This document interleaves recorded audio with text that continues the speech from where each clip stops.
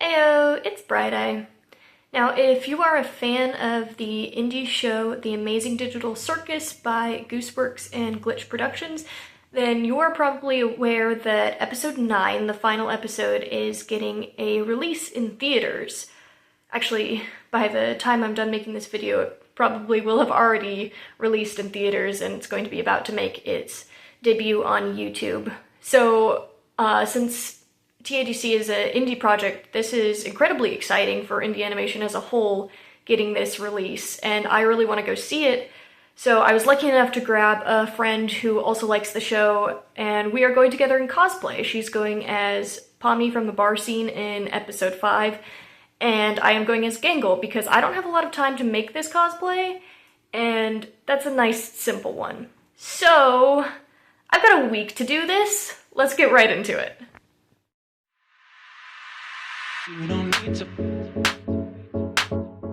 We will start this video by making the mask. Gangle, the character that I am cosplaying, is the embodiment of the tragedy and the comedy mask found in theater. She tries to keep her comedy mask up most of the time, but it often gets stolen or broken, causing her to reveal her tragedy mask underneath. So I wanted to make the comedy mask as a prop and then do the tragedy mask using makeup. I made the comedy mask in the style of a masquerade mask where you hold it up to your face as opposed to having it be secured to your head, just so that I could easily, lift it up and take it down. I also have glasses, so that makes regular masks really hard to wear, and theaters also don't allow you to have your face covered, so I needed something easy to,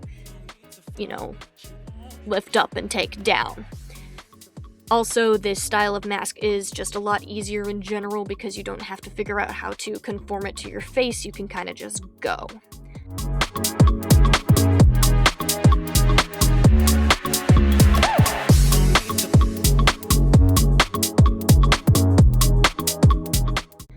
I made this mask using cardstock, a dowel, paint, and some Mod Podge.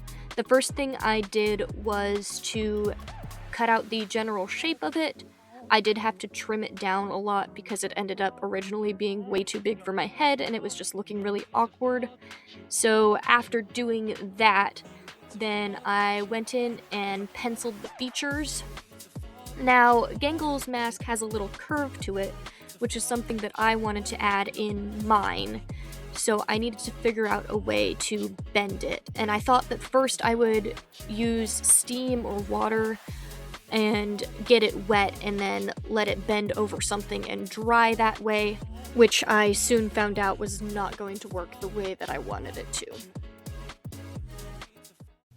So at this point in the process of making the mask, I've decided to try and bend it before painting it, just in case the steam or the water makes the paint run.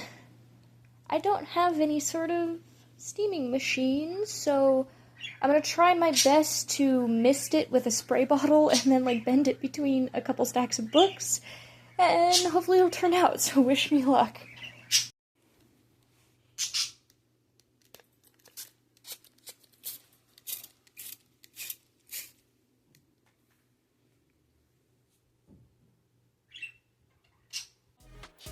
You can see here that the mask did curve a little bit. I deluded myself into thinking that that was going to last for any extended period of time, all the while painting on top of it and actively flattening it down. But, we all have hopes and dreams. So I painted the features with regular acrylic paint and the rest of the mask as well. Obviously, I painted the mask itself white and the features black, and yes, I did change the eye shape off camera because I film with my phone and I can't pull up a reference picture while I'm filming, so that is lovely. But I did a couple coats and then I went in with my black acrylic marker just to sharpen up the edges of the eyes and the mouth. In the show, her mask is pretty sharp and I can't capture that exactness with traditional materials, but I did try my best and I don't think it turned out half bad. I also went and covered the dowel that I was going to use to hold the mask with. I covered that in black paint as well, so that it would match the rest of the costume.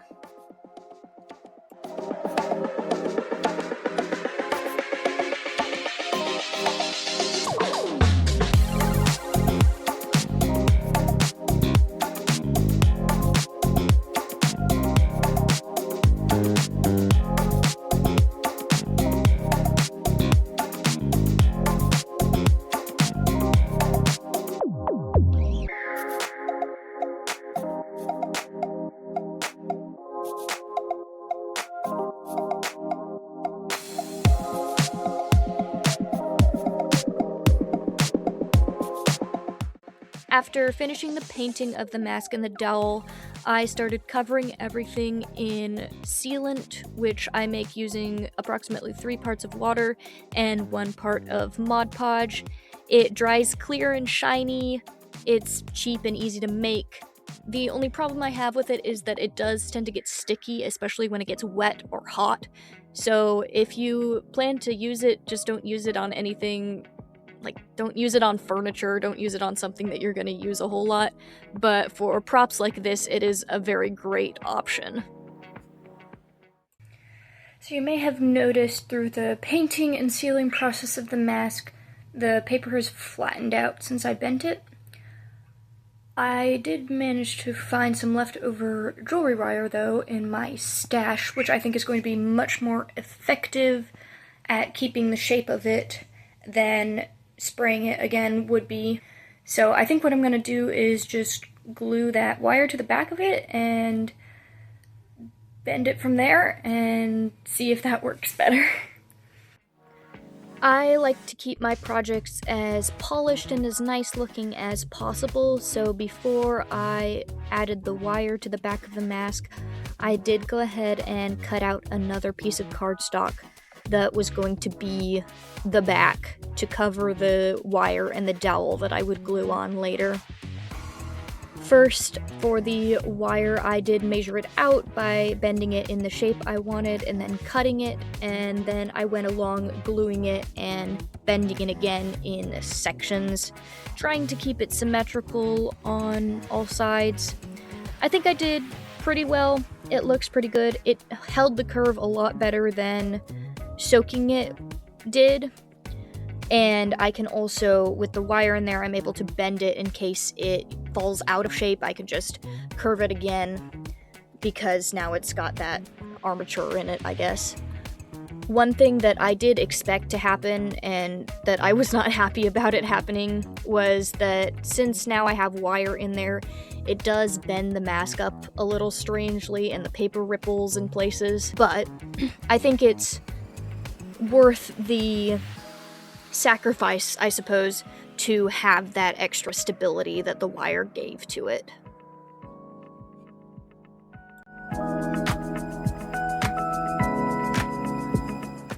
Yeah, remember when I said the Mod Podge sealant got sticky when it gets hot? Well, hot glue is hot, and if you glue it onto the desk, the sticky comes off on the desk, and so does the paint that you just painted.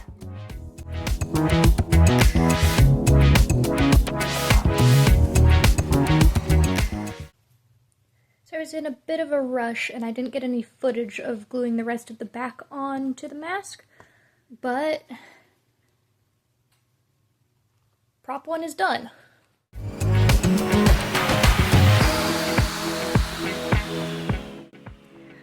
Moving on from the mask, Gangle's body is comprised literally just of ribbons and nothing else. So I definitely, obviously, wanted to include ribbons in this cosplay, and I knew exactly where I wanted to include them, which was the leggings. So my outfit for the cosplay consists of leggings, a skirt, and 2 sweaters, plus accessories, my wig, my makeup.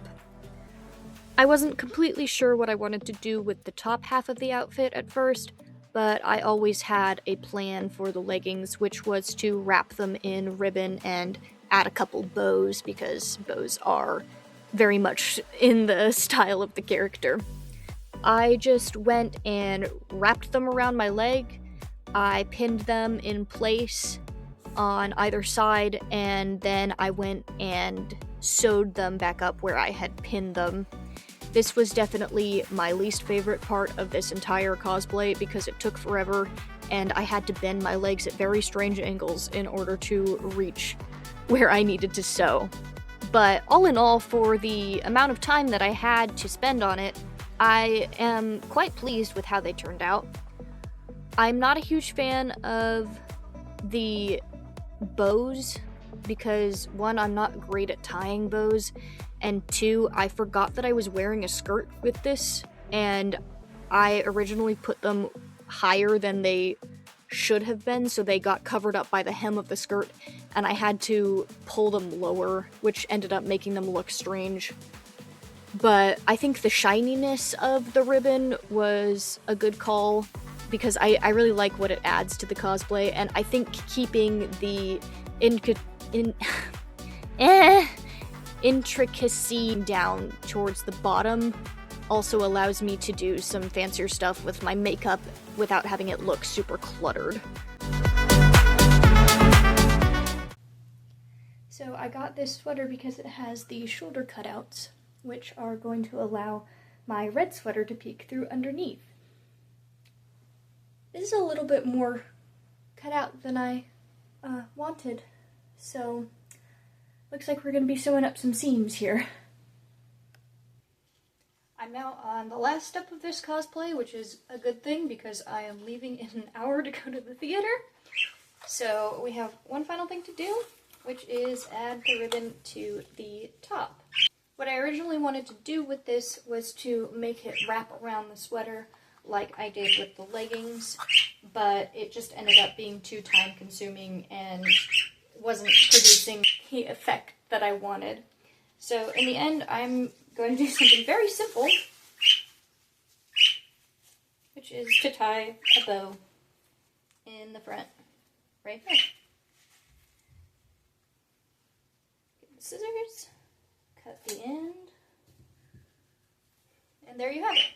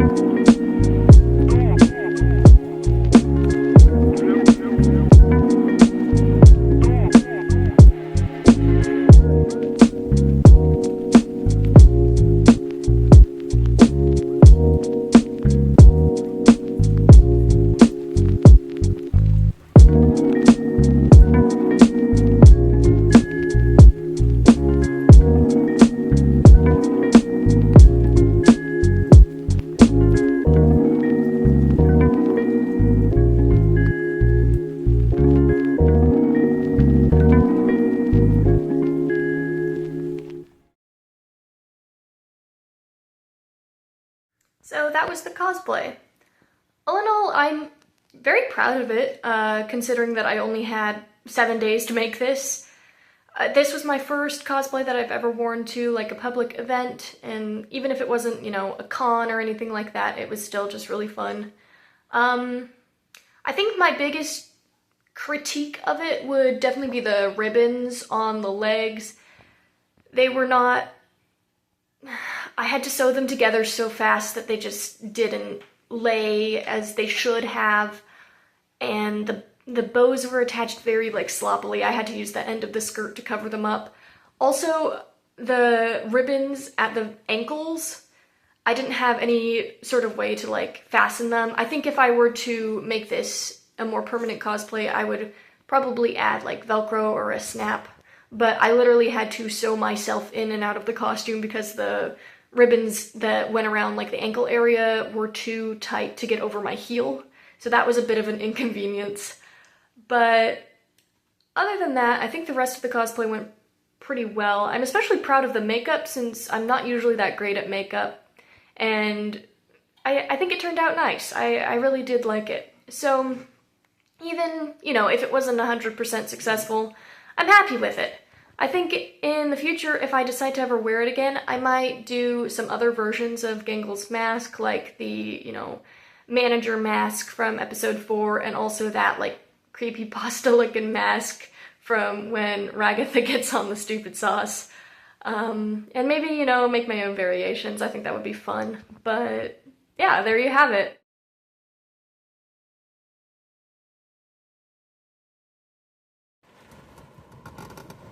So we're here at the theater, and we've got about 45 minutes before we need to go in and see the movie. We're terrified! Oh yeah, for sure. I'm terrified. We wanted to share just our theories about what we think are going to happen.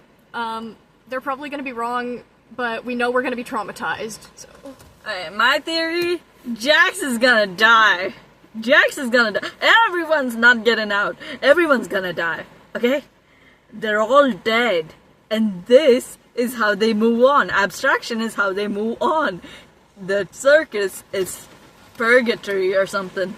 Unfortunately plausible. I don't think they're getting out of the circus. I'm afraid that something's going to happen to Kinger or Pomni, and that someone's going to either sacrifice themselves and it doesn't work, or sacrifice themselves and it does work, and maybe they'll get out. But honestly, I really feel like they're all going to end up staying stuck in the circus and coming to terms with the fact that that's their new home now. Don't do that. Stop. I think I got Jax's spirit in me. Yeah, and yet you're cosplaying as Pomni. I should have cosplayed as Jax. Paint yourself purple.